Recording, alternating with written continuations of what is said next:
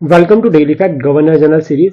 ये इस सीरीज का पार्ट 6 है। इससे पहले हम 5 पार्ट जो है वो कवर कर चुके हैं, यानी कि हम लॉर्ड कैनिंग से पहले के जितने भी गवर्नर जनरल है, रॉबर्ट क्लाइव से लेकर जो है आपका लॉर्ड डलहौजी तक हम कवर कर चुके हैं। उनके बीच के जितने भी इवेंट्स हैं, मोस्ट इंपॉर्टेंट इवेंट्स हैं, उनको हमने कवर किया है।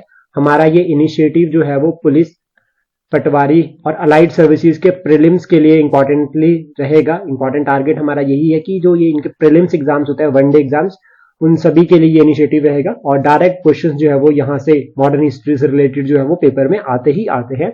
तो शुरुआत करते हैं लॉर्ड कैनिंग के साथ। इनका जो टेन्योर है वो 1856 से लेकर 1862 है। Important first vice Roy of India, और इनके टाइम पे 1857 का रिवोल्ट है। याद रखिएगा कि जो लॉर्ड डलहौजी है वो 1856 में जो है वो भारत से चले जाते हैं। उसके बाद लॉर्ड कैनिंग की एंट्री होती है और इंपॉर्टेंट है, रिवोल्ट ऑफ 1857 के बाद जो है वो आपका गवर्नमेंट ऑफ इंडिया एक्ट 1858 आया है, जिसको गुड गवर्नेंस एक्ट भी कहते हैं। और इसके साथ ही 1858 में क्वीन की डिक्लेरेशन है, जो कि इलाहाबाद कोर्ट से जो है वो लॉर्ड कैनिंग ने रीड की थी। और 1859 में पोर्टफोलियो सिस्टम जो है वो भारत में इंट्रोड्यूस हुआ था, जिसे हम एक तरह से डिसेंट्रलाइज्ड स्ट्रेटेजी भी कह सकते हैं। 1860 में जो है वो आईपीसी, इंडियन पिनल कोड, ये इंट्रोड्यूस हुए थे। 1860 में ही बजट आया है। व्हाइट म्यूटनी, ये इंपॉर्टेंट है, याद रखिएगा। और इंडिगो रिवोल्ट जिससे जो है वो नील दर्पण लिंकअप हो रहा है। और व्हाइट म्यूटनी, ये जब कंपनी से क्राउन में ट्रांसफर हुई थी एडमिनिस्ट्रेशन, तो उस दौरान जो कंपनी के सिपाही थे उन्होंने जो है वो रिवोल्ट किया था against the decision of the crown.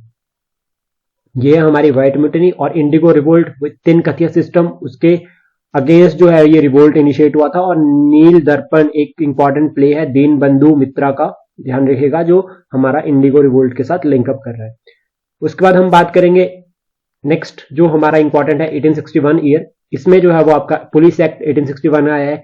Indian council act 1861, जिसमें जो है वो 3 Indian, sir Dinkar Rao, Maharaja of Patiala और राजा ऑफ बनारस, इनकी एंट्री हुई थी लेजिस्लेटिव काउंसिल में। जिसका मतलब ये हुआ कि अभी क्या है कि जो ब्रिटिश गवर्नमेंट है वो काउंसिल में एंट्री दे रही है किसको, इंडियंस को। और आर्कियोलॉजिकल सर्वे ऑफ इंडिया बना है 1861 में। और आप कमेंट बॉक्स में बता सकते हो कि वो वाज द फाउंडर या वो was the father of Indian archaeology. उसके बाद इंपॉर्टेंट है कि इंडियन हाई कोर्ट एक्ट 1861 में बना है। न्यू टैक्स, जो आप हम कह सकते हैं इनकम टैक्स, वो इंट्रोड्यूस हुआ था लॉर्ड कैनिंग के टाइम पे। तो ये कुछ इंपॉर्टेंट इवेंट्स है जो लॉर्ड कैनिंग के टाइम पे हुए हैं। और याद रखिएगा लॉर्ड कैनिंग जो है वो फर्स्ट वाइस रॉय है। और आपका जब पावर ट्रांसफर हुई थी company to crown after the revolt of 1857, तो वाइस रॉय की पोस्ट क्रिएट की गई थी। साथ में सेक्रेटरी ऑफ स्टेट एक बनाया गया था। जो court of directors, board of control थे, उन सभी को अबॉलिश कर दिया गया था। और अभी उसके बाद क्या है आपका कि सेक्रेटरी ऑफ स्टेट की पोस्ट जो है वो क्रिएट की गई थी। और 15 मेंबर जो है उसमें असिस्ट करने के लिए सेक्रेटरी ऑफ स्टेट को बनाए गए थे। नेक्स्ट जो है वो हमारे हैं लॉर्ड एल्गिन वन। इनका जो टेन्योर है वो है 1862 से 1864 या 63 भी हम इसको कह सकते हैं। याद रखिएगा इनकी डेथ धर्मशाला में हुई थी ड्यू टू हार्ट अटैक। धर्मशाला यानी कि आपका हिमाचल प्रदेश, यहां पर इनकी डेथ हुई है ड्यू टू हार्ट अटैक। और शिमला समर कैपिटल का डिक्लेरेशन या डिसीजन इनके टाइम पे लिया गया था। और फाइनली इसको इंप्लीमेंट जो है वो डिक्लेयर किया गया था वो जॉन लॉरेंस के टाइम पे। Bombay Bengal legislative council, Bombay legislative council और बंगाल लेजिस्लेटिव काउंसिल 1862 में बनी है। दैट मीन इसका मतलब हुआ decentralisation of administration. Centralisation of administration की गई थी 1773 के एक्ट के थ्रू, जब बॉम्बे और मद्रास की जो लेजिस्लेटिव पावर थी वो किसको दे दी गई थी, बंगाल को, और गवर्नर जनरल के अंडर वो आ गई थी। तो यहां पर डिसेंट्रलाइजेशन की थी कि जो बॉम्बे का गवर्नर है और बंगाल का गवर्नर है उनको भी अभी एग्जीक्यूटिव और लेजिस्लेटिव काउंसिल मिलेगी, इस तरह से। और high court of Calcutta, Bombay and Madras established हुए थे। प्लस साथ में याद रखिएगा शांति निकेतन जो है 1863 में एस्टेब्लिश्ड हुआ है। Debendranath Tagore was the founder of Shantiniketan. ये भी इंपॉर्टेंट है, डायरेक्ट ईयर भी पेपर में पूछा जाता है। और ये किसने एस्टेब्लिश किया है ये तो पूछता है। उसके बाद नेक्स्ट जो हमारे इंपॉर्टेंट गवर्नर जनरल है वो है जॉन लॉरेंस। 1864 से लेकर 69 तक इनका जो है वो टेन्योर रहा है। शिमला जो है वो समर कैपिटल डिक्लेयर किया गया। शिमला अभी प्रेजेंट में जो है हिमाचल प्रदेश की कैपिटल है। और इसको समर कैपिटल डिक्लेयर किया था ब्रिटिशर्स ने 1864 में।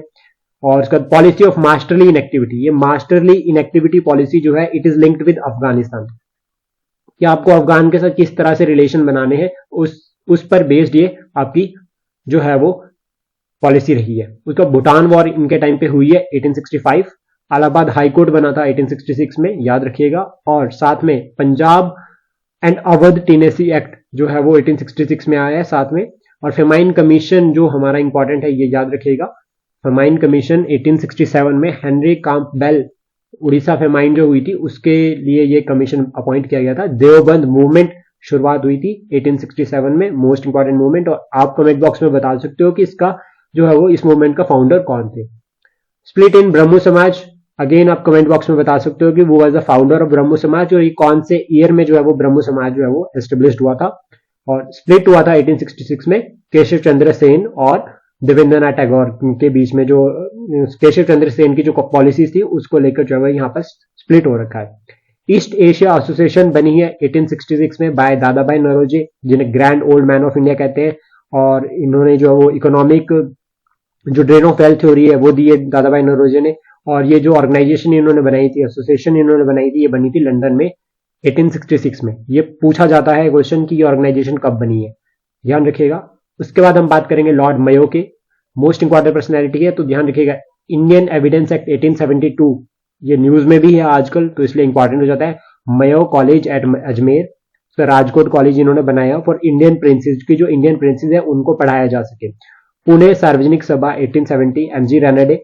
इंडियन रिफॉर्म एसोसिएशन 1870, सेंसस जो है वो 1871, फर्स्ट सेंसस शुरुआत हुई थी और 1881 में जो है वो कंप्लीट हुई थी, 10 साल बाद। फाइनेंशियल डिसेंट्रलाइजेशन में इनका रोल रहा है, ध्यान रखिएगा। और साथ में उसके बाद अगर हम बात करें यहाँ पे इनके टाइम पे जो और इंपॉर्टेंट इवेंट्स हुए हैं उसमें जो है अब वो आपका स्टेट रेलवे इंट्रोड्यूस्ड हुआ था, और साथ में स्टैटिस्टिकल सर्वे जो है वो हमारा 1871 में जो है वो under the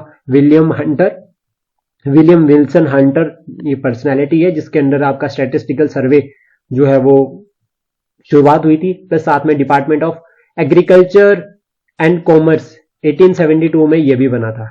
agriculture and commerce का डिपार्टमेंट 1872 में लॉर्ड मेयो के टाइम पे है। So this is about our governor general initiative, और नेक्स्ट पार्ट बहुत जल्दी मिलेगा। Please support, share and subscribe daily fact. Thank you.